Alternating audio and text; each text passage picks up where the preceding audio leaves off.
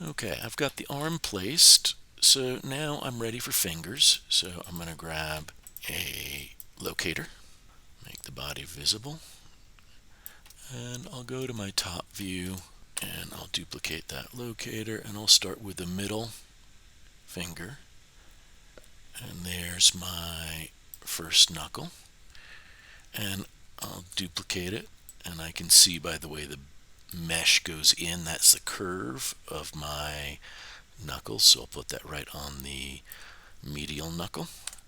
Duplicate for the distal knuckle, duplicate for the, and hide the body for a sec. Just grab those locators, bring the body back, and before I snap joints, let's check. They look far too low in the fingers. So I'll just slide them all up, and now they seem to be nicely in the hand. I'll turn on wireframe on shaded. Just makes it a little easier to make sure they're all on edge loops, and it looks like I'm still a little bit off. There we go. And it's not symmetrical top to bottom. I'll go with the top because that's what the audience is going to see more of, but still centered in the finger. So hide the body and snap some joints. One, create joint tool, skeleton, create joint tool, and snap some joints. Hold down V, 1, 2, 3, 4, hit enter, and name them L underscore proximal, middle for middle finger, underscore bind joint, copy bind joint, go to the next one, L medial, middle, L distal, middle, bind joint, L nub, middle, underscore joint. Then I select my locators, I'll duplicate them, slide them over, and let's see, this goes, that's my knuckle, which means I now see that this one is off. So I'm going to hide the body for a sec and unparent that medial, and I want to scoot that joint back, so there, now it's in the proximal. Much better. Child parent, Petery parent. Okay, fix that, and again I'm back to lining up these locators. This one comes back, and this one comes back to where it comes in at the bottom, and scoot that one in. There we go. Hide the body, snap the joints, and name them L underscore proximal underscore index underscore bind joint, down arrow, L underscore medial index bind joint, down arrow, L underscore distal index bind joint, L underscore nub index joint. There we go. Duplicate those locators, bring back the body, top view, line up the locators, check it in perspective. And this finger's a little bit smaller, so I need a slightly different Y. The others two are fine. But then, let's see, that needs to be, I guess it'll be okay there. And then for the pinky gets a metacarpal, so that one comes back to there. And hide the body again, joint tool, snappity, snappity, snap, snap, snap. Name them L underscore metacarpal pinky, L underscore proximal pinky bind joint. Don't think I named this bind joint. Nope. L underscore medial pinky bind joint, L underscore distal underscore pinky bind joint, L underscore nub pinky bind joint. And then I grab these bases of these fingers and make them children of the palm. And then now I'm going to set up the joints for the thumb. So I'll grab a locator and move it back towards the wrist. The proximal of the thumb is pretty far back towards the wrist, about here. And then I will move that down and out till it's in about where the center of the medial joint for the thumb is, which is really controlling, this whole area right here. Just a little more this way, kind of figuring out if this is one side, this is the other side, there's the middle. Maybe there. I'll see better when I snap joints to it. And then we go all the way out to the distal. And again, I want that more or less in the center, but again, none of these line up perfectly with the XYZ space. I could rotate the locator some and see if that helped. Yeah, it makes it maybe a little easier to place. Call that good. And one more out to the nub and snap joints. There we go. So I like the placement. Now the goal for movement for the thumb is to be able to touch the tip of the thumb to the base or the proximal knuckle of the pinky bind joint. And when I move these two, I'm a little close in Z, but all of my other fingers are going to be rotating in Z. So I really want the thumb to do the same. So I want to adjust these joints so that the Z of each one is going down the back of these knuckles, and everything should go in towards this base of the pinky.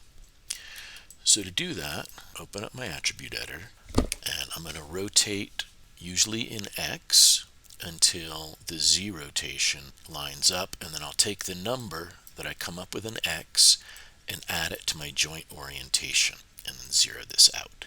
And that should do it. So let's test. I'm going to rotate in X and look at the body. Yeah, I think about there. So back to the attribute editor. And my 60, and I add that to 26. So first I zero this out. I'm going to hide the body again because I want to unparent this when I do it. Otherwise it'll affect all these children and just make everything much more of a mess. So attribute editor and add 60 to that 26, and it's 86. There it is. You can see it's nicely lined up. Reparent the child, P to parent, rotate until it's going down about the back of the knuckle. To be sure, I do like to see the body. Yeah, I'll give that a try. Hide the body, attribute editor, 90 plus minus 82. So 90 is what I'm going to be adding. Unparent the one down the chain. Come back to this. Zero out that 90. And that leaves positive 8 when I add them together. There it is. P to parent. Okay. And this one seems pretty good already. So let's give that a test. If I grab all three of these and rotate them in Z, how close am I? Not quite there. So test it again till I get it right. That's the one that's the problem, I think.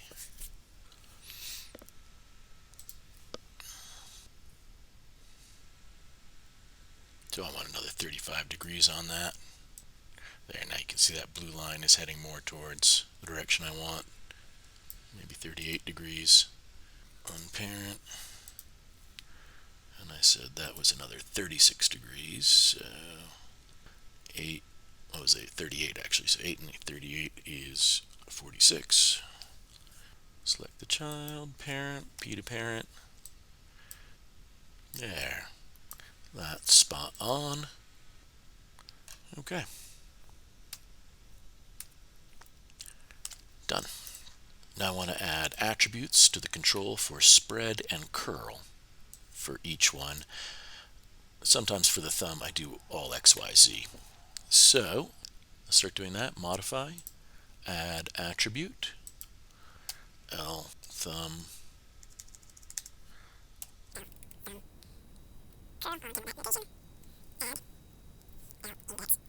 Okay, that's the attributes added to the control. So I'm going to connect the attributes to the joints. So I select the control first, and then the thumb proximal. And I'm going to use a different method for connecting than I often use. Rather than the node editor, I'm going to use the connection editor. So Windows, General Editors, Connection Editor. And I find this to be a lot faster. Notice that the object I selected first, left arm control, is on the left, and then the object I selected second is on the right.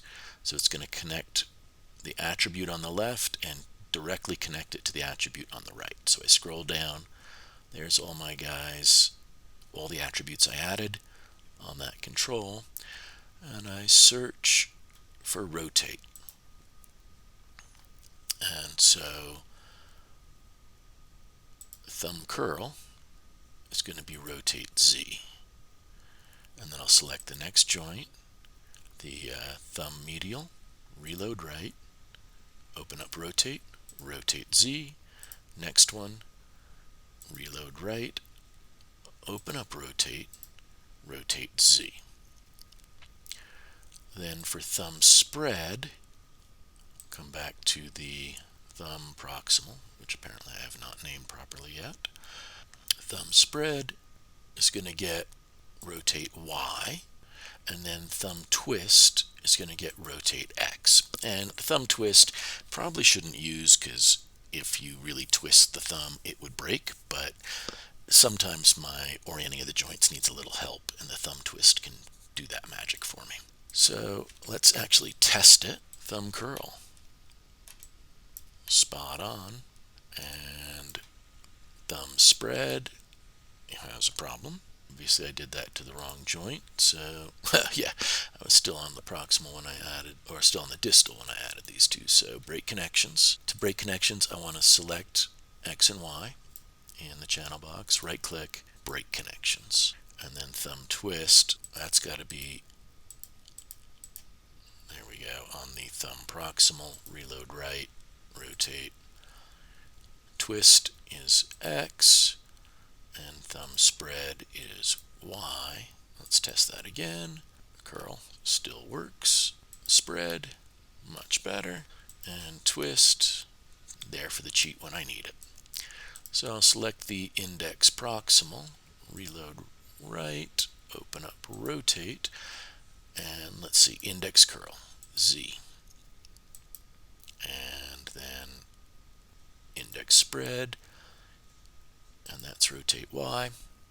And then I'll come down to medial, reload right, rotate, this is index curl, rotate Z, reload right, bring in that guy, reload right, index curl, open up rotate and Z, come to the next finger, reload right, and middle curl, rotate to Z, straight down, reload right, open up rotate, Z, straight down, reload right, open up rotate and Z. Then I'll set up my spread, come back to the proximal, reload right, find middle spread, open up rotate, and that is Y.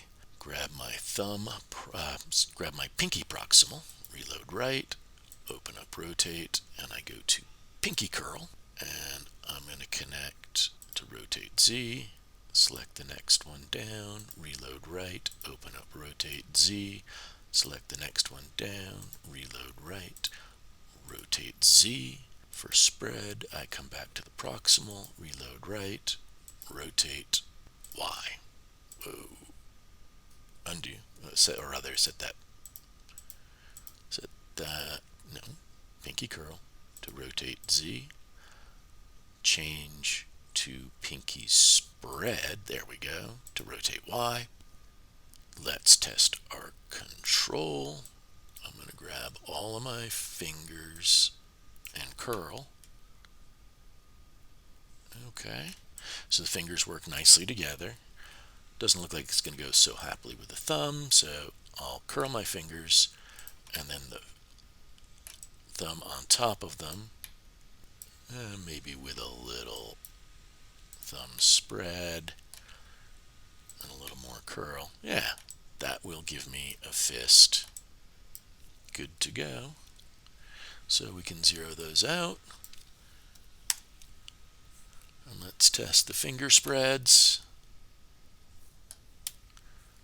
They work, but obviously we're going to want to do them one at a time. So index spread out, pinky spread out, maybe just leave the middle where it is, and then just for fun, rotate back a little, and we got Spider-Man hands going on. And I would do the thumb spread out and thumb curl back. And okay, maybe I went too far with the spread, but now Rabbit Guy would be doing Spider-Man hands. So that's my hand control, my finger setup. And looks like I haven't parented the thumb in yet, so I select the thumb and then the palm, P to parent, and now that hand is good to go.